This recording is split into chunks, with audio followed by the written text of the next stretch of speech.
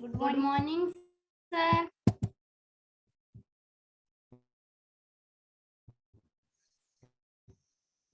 Good morning, sir.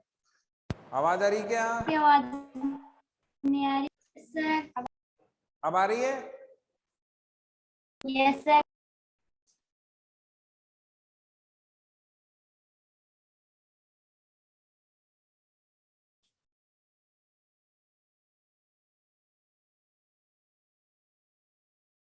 आज हम पढ़ेंगे संस्थाओं का कामकाज। संस्थाओं का कामकाज। अब ये संस्थाएं कौन कौन सी हैं? ये संस्थाएं केंद्र में भी हैं, ये संस्थाएं राज्य में भी हैं, और इस संस्थाओं के सिस्टम को ही हम व्यवस्था कहते हैं, शासन व्यवस्था कहते हैं। जैसे हम सरकार की बात करें तो इसके कितने सिस्टम? कार्यपालिका, न्यायपालिका और व्यवस्थापिका।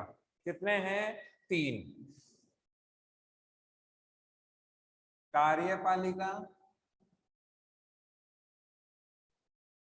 न्यायपालिका,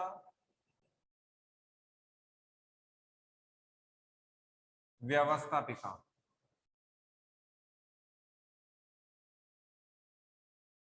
क्या है? कार्यपालिका, न्यायपालिका और व्यवस्थापिका। कार्यपालिका कितने प्रकार की? बताओ भाई, सब कुछ बता रखा आपको? पहली कौन सी है? नाम मात्र की। और दूसरी कौन सी है? वास्तविक। नाम मात्र की के अध्यक्ष कौन है केंद्र में? राष्ट्रपति जी। कौन है? राष्ट्रपति जी। कहाँ है? केंद्र में है। ठीक है। और राज्य में कौन है? तो वास्तविक नाम राज्य मात्र की और वास्तविक। राज्य में कौन है? राज्यपाल साहब है। वास्तविक भी कितने प्रकार की? 2 प्रकार की। केंद्र में तो कौन है? प्रधानमंत्री जी। और राज्य में कौन है? राज्य में कौन है? सीएम साहब है। ठीक है। तो ये कार्यपालिका का पूरा स्ट्रक्चर हमारे यहाँ हो गया। संस्थाओं के कामकाज की बात करें तो इसमें इंपॉर्टेंट कौन है? सरकार आती है। कौन आती है? सरकार। और सरकार के कितने रूप? 3। कार्यपालिका, न्यायपालिका और व्यवस्थापिका। कितने हैं? 3। कार्यपालिका, न्यायपालिका और व्यवस्थापिका। कार्यपालिका के 2 भाग हैं। पहला कौन सा? नाम मात्र का। दूसरा कौन सा? वास्तविक। ठीक है। नाम मात्र की बात करें तो पहला कौन सा? राष्ट्रपति केंद्र में। नाम मात्र की में राज्य में बात करें तो कौन है? राज्यपाल साहब हैं। वास्तविक की बात करें तो केंद्र में कौन है? पीएम साहब हैं। राज्य में कौन है? सीएम साहब हैं। अब मेरे सवालों का जवाब देना आप। ठीक है बेटा। कार्यपालिका का राज्य में वास्तविक अध्यक्ष कौन होता है? कार्यपालिका का राज्य में वास्तविक अध्यक्ष कौन?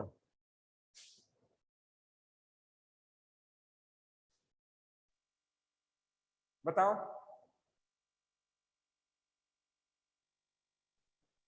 नहीं, सीएम। सीएम होगा ना बेटा राज्य में तो। पीएम तो यस सर। केंद्र में कौन होंगे? पीएम। राज्य में कौन पीएम। होंगे? सीएम। ठीक है। सीएम। फिर न्यायपालिका को देखें तो ये पिरामिडीय व्यवस्था है, और फिर व्यवस्थापिका को हम आगे देख ही लेंगे। कुछ सवाल है, लिख लो फटाफट।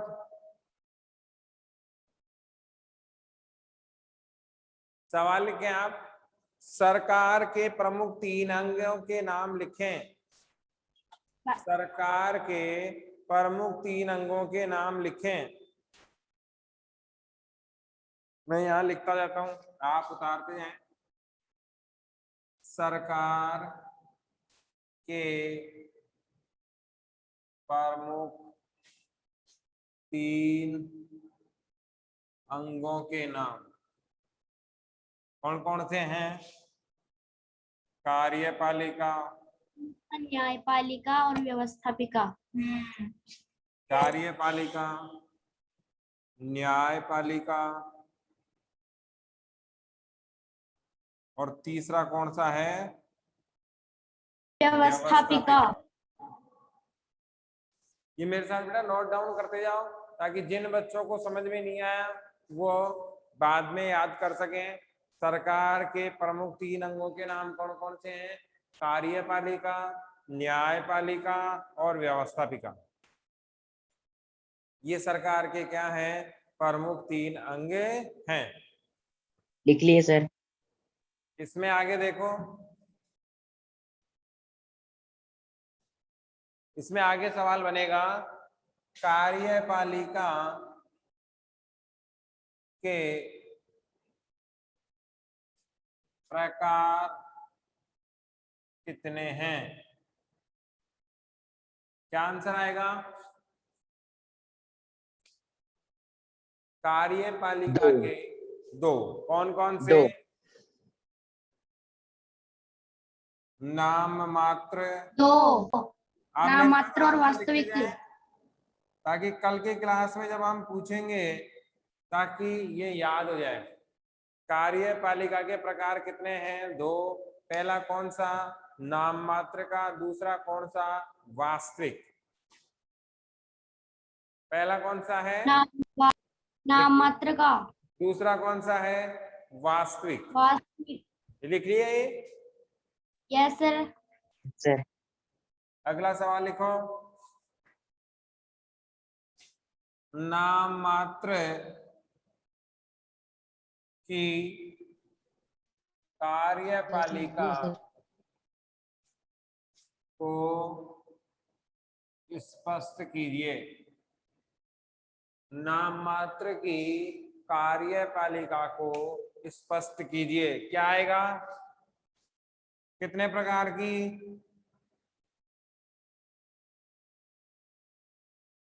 आंसर क्या आएगा? नाम मात्र की कार्यपालिका में कितने प्रकार की होती है? 1। 2 प्रकार की। पहली, केंद्र में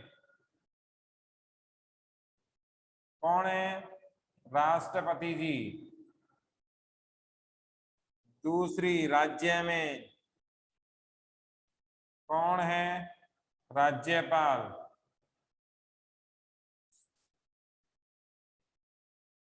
नाम मात्र की कार्यपालिका के प्रकार कितने हैं?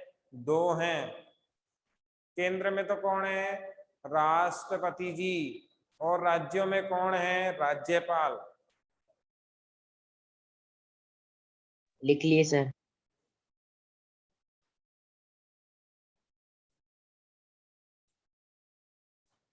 अगला देखो, वास्तविक कार्यपालिका को स्पष्ट करें। ये भी कितने प्रकार की? 2 प्रकार की। 2 प्रकार की। ए में तो क्या आएगा? केंद्र। और केंद्र में कौन आएंगे? पीएम। बी में कौन आएगा? राज्य। और इसमें कौन होंगे? सीएम साहब होंगे। ठीक है। वास्तविक कार्यपालिका को स्पष्ट करने के लिए अगर कहा जाए तो क्या होगा? 2 प्रकार की। पहला कौन? केंद्र। और दूसरा कौन सा है? राज्य। लिख लिया क्या? Yes sir. ठीक है। आयुष, आप कैमरा ऑन करो और दिखाओ मुझे कहाँ लिखा। आयुष गुज्जर, आवाज आ रही है? Yes sir. आप कैमरा ऑन कर ले, दिखाओ बेटा कहाँ लिखा। ठीक है, बढ़िया बात है ना, बहुत अच्छी बात है, बंद कर लो, है ना। वैसे अब ये आपको लर्निंग प्रोसेस के लिए हो गए, इनको याद कर लेना, कल की क्लास में अपन इसको सुनेंगे। कोई सवाल पूछना है क्या आयुष यहाँ तक? No sir. ठीक है, अब देखें न्यायपालिका।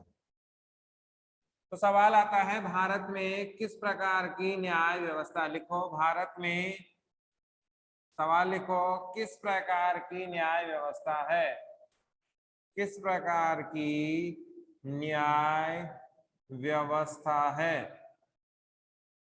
आंसर आएगा एकीकृत न्याय व्यवस्था। कैसी न्याय व्यवस्था है? एकीकृत न्याय व्यवस्था है। क्या व्यवस्था है? एकीकृत न्याय व्यवस्था है। अब ये एकीकृत न्याय व्यवस्था किस प्रकार से है ये भी हम देखते हैं। देखो ये समझ में आया किस प्रकार की व्यवस्था है? एकीकृत न्याय व्यवस्था। सवाल क्या था? भारत में किस प्रकार की न्याय व्यवस्था है? आंसर क्या आएगा? एकीकृत न्याय व्यवस्था है ना, सिंगल सिस्टम न्याय व्यवस्था है। अब इसमें एकीकृत न्याय व्यवस्था क्या है ये भी समझ लो। यह है पैरामिडीय ढांचे पर, पिरामिड की तरह क्या बनाती है? ढांचा बनाती है। पिरामिड कैसा होता है? ऐसा होता है, देखो इसमें ऊपर ऊपर कौन? Supreme court, high court, district court और पीनल कोर्ट, यही होते हैं। क्या कह रही है बेटा? सुप्रीम कोर्ट को और क्या कहते हैं हिंदी में? सर्वोच्च न्यायालय, सीएम, उच्च न्यायालय, उच्चतम न्यायालय। और क्या कहते हैं? सर्वोच्च न्यायालय। ये डायग्राम बना लो मेरे साथ, आप ये डायग्राम बना लो ताकि अपने को फिर याद रहेगा। ये पिरामिड बनाओ सबसे पहले, ये पिरामिड बनाओ। पिरामिड में सुप्रीम कोर्ट को ही सर्वोच्च न्यायालय कहते हैं। ऊपर वाले को ये नाम ऐसे कैसे उतार लो ताकि जब बाद में अपन देखें तो अपने को कंफ्यूज नहीं रहे कि सुप्रीम कोर्ट को और क्या कहते हैं। सुप्रीम कोर्ट को ही क्या कहते हैं? सर्वोच्च न्यायालय और उच्चतम न्यायालय कहते हैं। ठीक है, चेतन बताएगा। चेतन, भारत में कितने सुप्रीम कोर्ट हैं?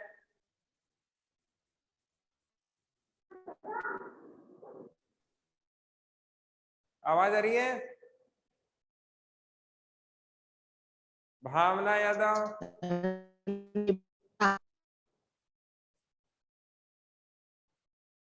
चेतन की आवाज आई नहीं। भावना यादव, भारत में कितने सुप्रीम कोर्ट हैं?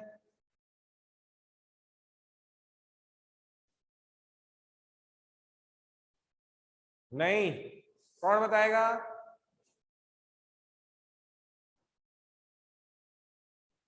आयुष। Yes sir. कितने सुप्रीम कोर्ट हैं? लिख ले बेटा, है ना, एक। और वो भी कहाँ है? दिल्ली में। ये डायग्राम ऐसे कैसे ही बनाते जाओ, बाकी नोट लगा के लिखते जाओ। ये डायग्राम बना लिया, नीचे नोट लगाओ और लिखो भारतीय न्यायपालिका की व्यवस्था में, भारतीय न्यायपालिका की व्यवस्था में सबसे ऊपर, भारतीय न्यायपालिका की व्यवस्था में सबसे ऊपर सुप्रीम कोर्ट, SC लिख लो।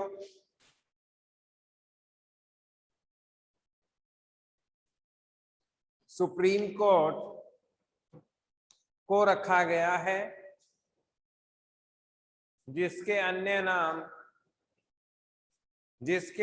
नाम सर्वोच्च न्यायालय और उच्चतम न्यायालय भी हैं, जिसके अन्य नाम सर्वोच्च न्यायालय और उच्चतम न्यायालय भी हैं। ध्यान रखना, उच्चतम न्यायालय ही लिखना है, उच्च न्यायालय मत लिख देना, नहीं तो हाई कोर्ट का हो जाएगा। लिख लिया बेटा? दोबारा बोल रहा हूं, भारत की न्यायिक व्यवस्था में या न्यायपालिका में सबसे ऊपर सुप्रीम कोर्ट को रखा गया है। सुप्रीम कोर्ट को SC लिख लें आप। इसके अन्य नाम सर्वोच्च न्यायालय और उच्चतम न्यायालय हैं। यहां तक लिख लिया? Yes sir. यह पूरे भारत में एक ही है, यह पूरे भारत में एक ही है।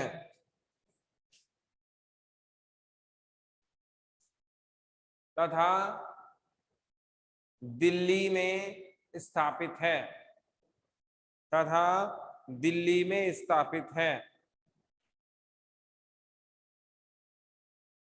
ठीक है बेटा? अब दूसरा चरण लिख लो इसी नक्शे में। हाई कोर्ट राज्यों में, वैसे चॉइस संख्या लिखने की जरूरत नहीं है। इसको और क्या कहते हैं? उच्च न्यायालय। इसको क्या कहते हैं? उच्च न्यायालय, हाई कोर्ट, राज्य न्यायालय। बस दो बहुत है। ठीक है, इसी डायग्राम को आगे बढ़ाओ और लिखो इसमें हाई कोर्ट। क्या लिखना है इसमें? High court. हाई कोर्ट के अन्य नाम क्या है? SC के उच्चतम न्यायालय और हाई कोर्ट। 24 है वैसे ये, है ना? लिखना चाहो तो आप लिख लो, बाकी लिखने की आवश्यकता नहीं है। अब दूसरा नोट लगाओ नीचे, यहां नीचे नोट लगा के लिख लो।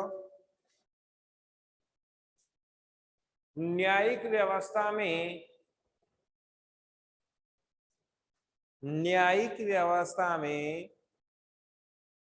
दूसरा स्थान, न्यायिक व्यवस्था में दूसरा स्थान हाई कोर्ट का है। दूसरा स्थान हाई कोर्ट का है, जो राज्यों में पाए जाते हैं, जो राज्यों में पाए जाते हैं, तथा इनके अन्य नाम, तथा इनके अन्य नाम उच्चतम न्यायालय और हाई कोर्ट हैं। उच्चतम न्यायालय और हाई कोर्ट हैं। ठीक है, चलो एक सवाल बताना आप मुझे। कौन बताएगा? मनीषा से नहीं बताएगी, है ना? फिर भावना मुझे बताएगी। हाई कोर्ट, उच्चतम न्यायालय और उच्च न्यायालय में क्या अंतर? बताओ भाई। उच्चतम न्यायालय और उच्च न्यायालय में क्या अंतर? मनीषा से नहीं।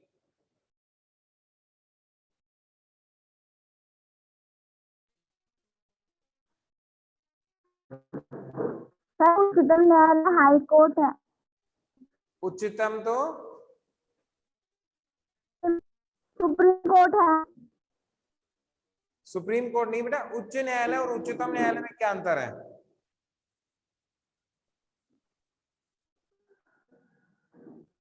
सर नहीं पता। आपने लिखा क्या बेटा? मनीषा ने लिखा? मनीषा लिख नहीं रही, इसका मतलब सीधा सा ये है ना। अगर लिखा होता तो समझ में आ रहा होता। यही प्रॉब्लम आ रही है। भावना, क्या अंतर होता है? अभी देखो आयुष को पूछेंगे, आयुष ने नोट डाउन किया, तुरंत बता देगा वो। आयुष बताना क्या अंतर है?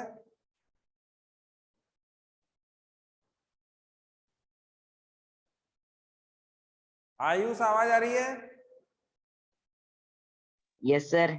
क्या अंतर होता है उच्च न्यायालय और उच्चतम न्यायालय में?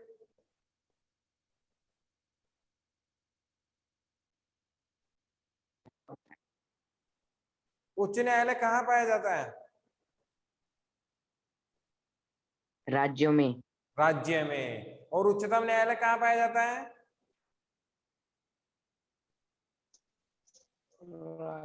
केंद्र में। सिंपल सी बात थी। हाँ। इसीलिए तो मैं कह रहा हूं कि आप नोट डाउन करने पर जोर दें। मैं इसीलिए जानबूझकर इसको कवर करके बैठा था, है ना, ताकि मनीषा देख के जवाब नहीं दे सके। क्योंकि लिखेंगे नहीं तो मामला बैठेगा नहीं। मेरे साथ नोट डाउन आप जब तक नहीं करेंगे तब तक आपको समझ में आने वाला नहीं है। जैसे ही मैं इसको साफ कर दूंगा आपके दिमाग से भी साफ हो जाएगा। इसीलिए जो यहाँ है वो आप नोट डाउन करते जाएं ताकि क्वेश्चन सॉल्व हो जाएं। अभी देखो मनीषा बताएगी, वास्तविक कार्यपालिका का राज्य में अध्यक्ष कौन? मनीषा सेनी। वास्तविक कार्यपालिका का राज्य में अध्यक्ष कौन?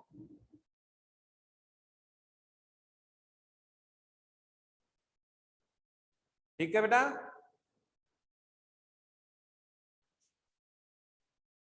तो इस तरीके से आप इसे नोट डाउन करते हुए आगे बढ़ेंगे तो अपने समझ में भी ये मामला आएगा। तो एक तरफ कौन है? उच्चतम न्यायालय। उच्चतम न्यायालय को हम क्या कहते हैं? सर्वोच्च न्यायालय। ये सबसे पहले स्तर पर पाया जाता है। और भारत में कैसा है? एक ही है। भारत में कैसा है? एक ही है। तो कहाँ पाया जाता है? दिल्ली में पाया जाता है। फिर दूसरे नंबर पर कौन है? हाई कोर्ट है। हाई कोर्ट कहाँ है? राज्यों में पाया जाता है। और इसे क्या कहते हैं? उच्च न्यायालय कहते हैं। और इसे क्या कहते हैं? हाई कोर्ट कहते हैं। तीसरे स्तर पर देखो, डिस्ट्रिक्ट कोर्ट। इसे क्या कहते हैं? जिला न्यायालय। क्या कहते हैं? जिला न्यायालय भी इसे कहते हैं। और दूसरा क्या है? District court.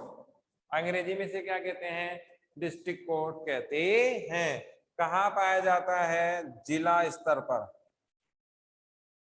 कहाँ पाया जाता है? ये जिला स्तर पर पाया जाता है।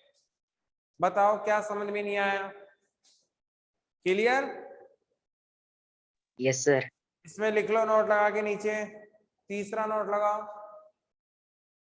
लिखो, न्यायालय के तीसरे स्तर पर। न्यायालय के तीसरे स्तर पर जिला न्यायालय पाई जाती हैं। न्यायालय के तीसरे स्तर पर जिला न्यायालय पाए जाते हैं जो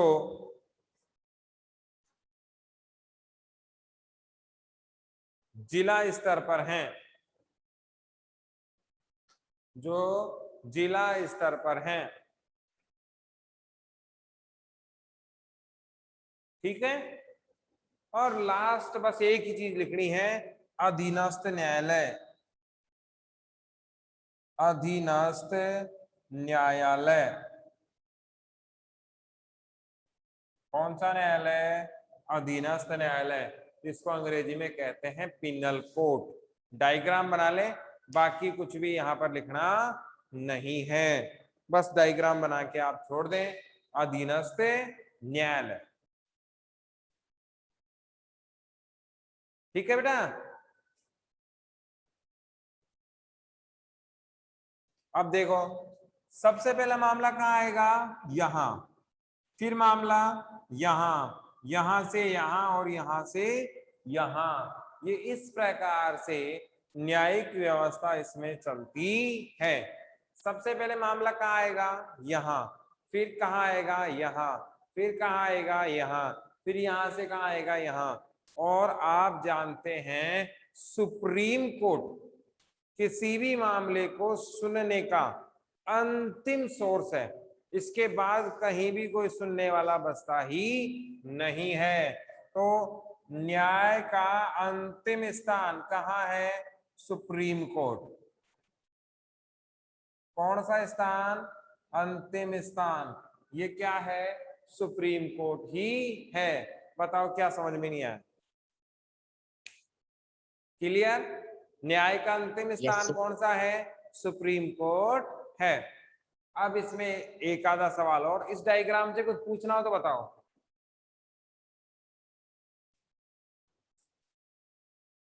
क्लियर, देखो मैं एक बार रिपीट कर देता हूं फिर इसको आगे बढ़ाते हैं।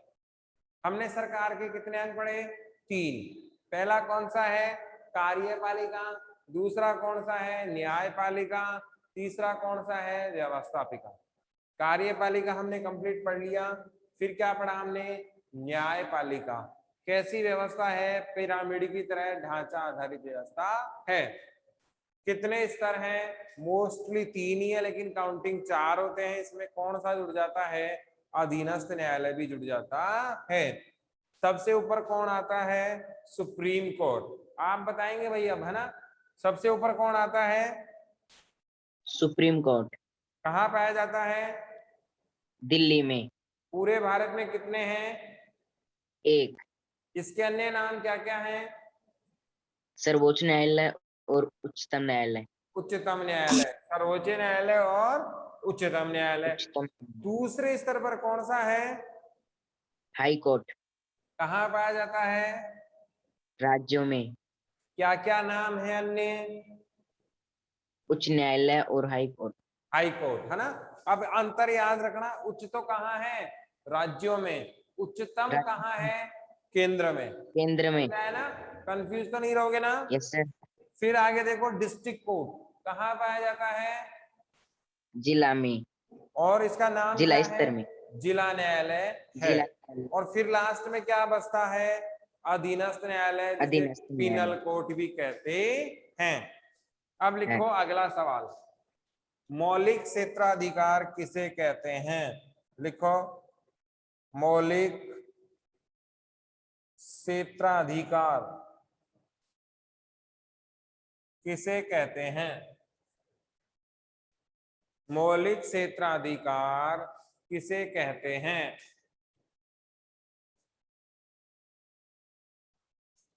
ठीक है, जैसे मान लो कोई मामला आया, अपराधी का है। 2 प्रकार के मामले होते हैं, फौजदारी और दीवानी। एक तो कौन सा होता है, फौजदारी, एक कौन सा होता है, दीवानी। फौजदारी किससे संबंधित होता है, मारपीट हत्या, है ना, झगड़े से संबंधित। दीवानी मामला किससे संबंधित, जमीन जायदाद, जमीन जायदाद से संबंधित है। समझ में आया क्या। फौजदारी मामले यस सर। किससे संबंधित हैं, झगड़ों से संबंधित हैं। दीवानी मामले किससे संबंधित हैं, जमीन जायदाद से संबंधित हैं। बताओ क्या दिक्कत है इसमें, क्लियर। Yes sir. अब देखो यहाँ पर क्या है कि कोई भी मामला सबसे पहले नीचे की अदालत में जाता है, फिर उससे ऊपर, फिर उससे ऊपर, और फिर लास्ट में ऊपर जाता है। समझ में आई बात, कि स्टेप बाय स्टेप मामला जाता है। लेकिन कुछ मामले ऐसे हैं जो सीधे हाई कोर्ट में जाते हैं और सीधे सुप्रीम कोर्ट में जाते हैं। बताओ समझ में आई बात। सिस्टम क्या बना यस हुआ सर। है कि सबसे पहले मामला कहाँ जाएगा, यहाँ, फिर यहाँ, फिर यहाँ, और फिर यहाँ। चरणबद्ध तरीके से मामला आगे बढ़ता है, स्टेप बाय स्टेप तरीके से मामला आगे बढ़ता है।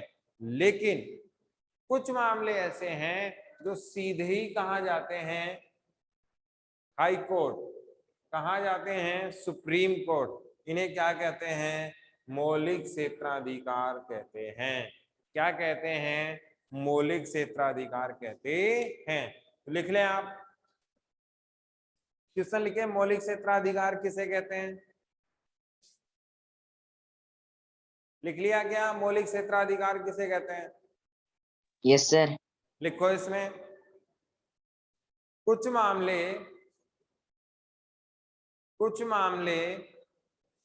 सीधे हाई कोर्ट, कुछ मामले सीधे हाई कोर्ट या सुप्रीम कोर्ट में जाते हैं। कुछ मामले सीधे हाई कोर्ट या सुप्रीम कोर्ट में जाते हैं। ये मामले मौलिक क्षेत्राधिकार कहलाते हैं। मौलिक क्षेत्राधिकार क्या लिखा? कुछ मामले सीधे हाई कोर्ट और सुप्रीम कोर्ट में जाते हैं। क्या कहलाते हैं? मौलिक क्षेत्राधिकार कहलाते हैं। आगे बात समझ में? एग्जाम्पल देखो, मूल अधिकारों से संबंधित, मूल अधिकारों से संबंधित मामले। एग्जाम्पल लिखो, मूल अधिकारों के उल्लंघन से संबंधित मामले। मूल अधिकारों के उल्लंघन से संबंधित मामले सीधे सुप्रीम कोर्ट या हाई कोर्ट में जाते हैं। मूल अधिकारों से संबंधित मामले सीधे सुप्रीम कोर्ट या हाई कोर्ट में जाते हैं। क्या कहलाते हैं? मौलिक क्षेत्राधिकार कहलाते हैं। क्या कहलाते हैं? मौलिक क्षेत्राधिकार कहलाते हैं। लिख पाए क्या? लिख लिए सर। अगला सवाल लिखो, अपीलीय क्षेत्राधिकार। अपीलीय क्षेत्राधिकार किसे कहते हैं?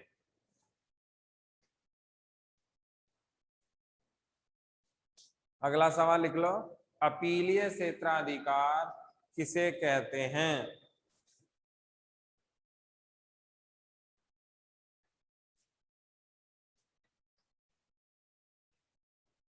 लिखें आप इसमें, नीचे की अदालतों के फैसलों के खिलाफ, नीचे की अदालतों के फैसलों के खिलाफ ऊपर की अदालतों में अपील की जाए। नीचे की अदालतों के फैसलों के खिलाफ ऊपर की अदालतों में अपील की जाए। अपीलीय क्षेत्राधिकार कहलाते हैं। अपीलीय क्षेत्राधिकार कहलाते हैं।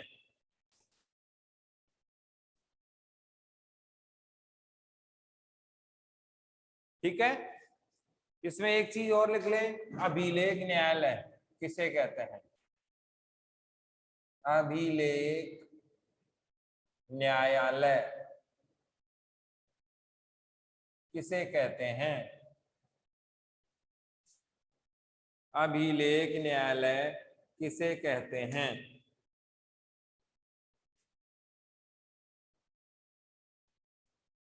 अभिलेख न्यायालय किसे कहते हैं? से लिख लिए। इसमें लिखें आप, ऐसी व्यवस्था जिसमें सुप्रीम कोर्ट के आदेश ऐसी व्यवस्था जिसमें सुप्रीम कोर्ट के आदेश नीचे की अदालतों के लिए, ऐसी व्यवस्था जिसमें सुप्रीम कोर्ट के आदेश नीचे की अदालतों के लिए, नीचे की अदालतों के लिए कानून बन जाते हैं। क्या बन जाते हैं? कानून। ऐसी व्यवस्था जिसमें सुप्रीम कोर्ट के आदेश नीचे की अदालतों के लिए कानून बन जाते हैं। क्या बन जाएंगे? कानून बन जाएंगे। क्या कहलाएंगे? अभिलेख न्यायालय की व्यवस्था कहलाते हैं। क्या कहलाता है? अभिलेख न्यायालय कहलाता है। बताओ इसमें क्या दिक्कत आई? आ गया सर समझ में। क्लियर है? तो हमने क्या क्या पढ़ा? सर। पहले तो क्या पढ़ा हमने? मौलिक क्षेत्राधिकार क्या होते हैं?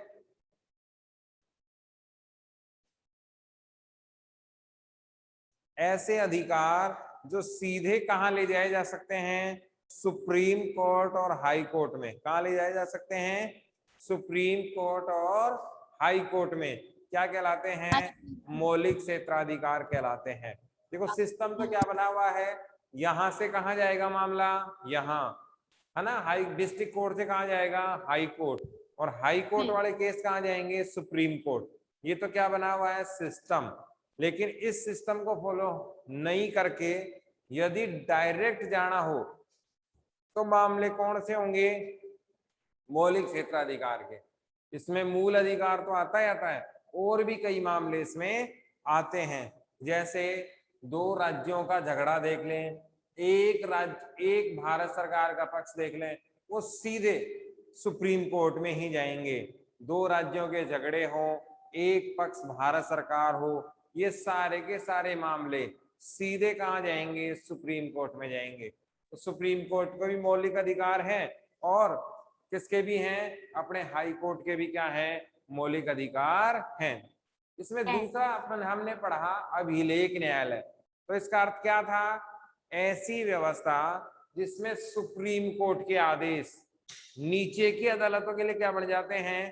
कानून बन जाते हैं। क्या कहलाते हैं? अभिलेख न्यायालय कहलाते हैं। बताओ बेटा क्या पूछना है फटाफट, टाइम हो गया कंप्लीट।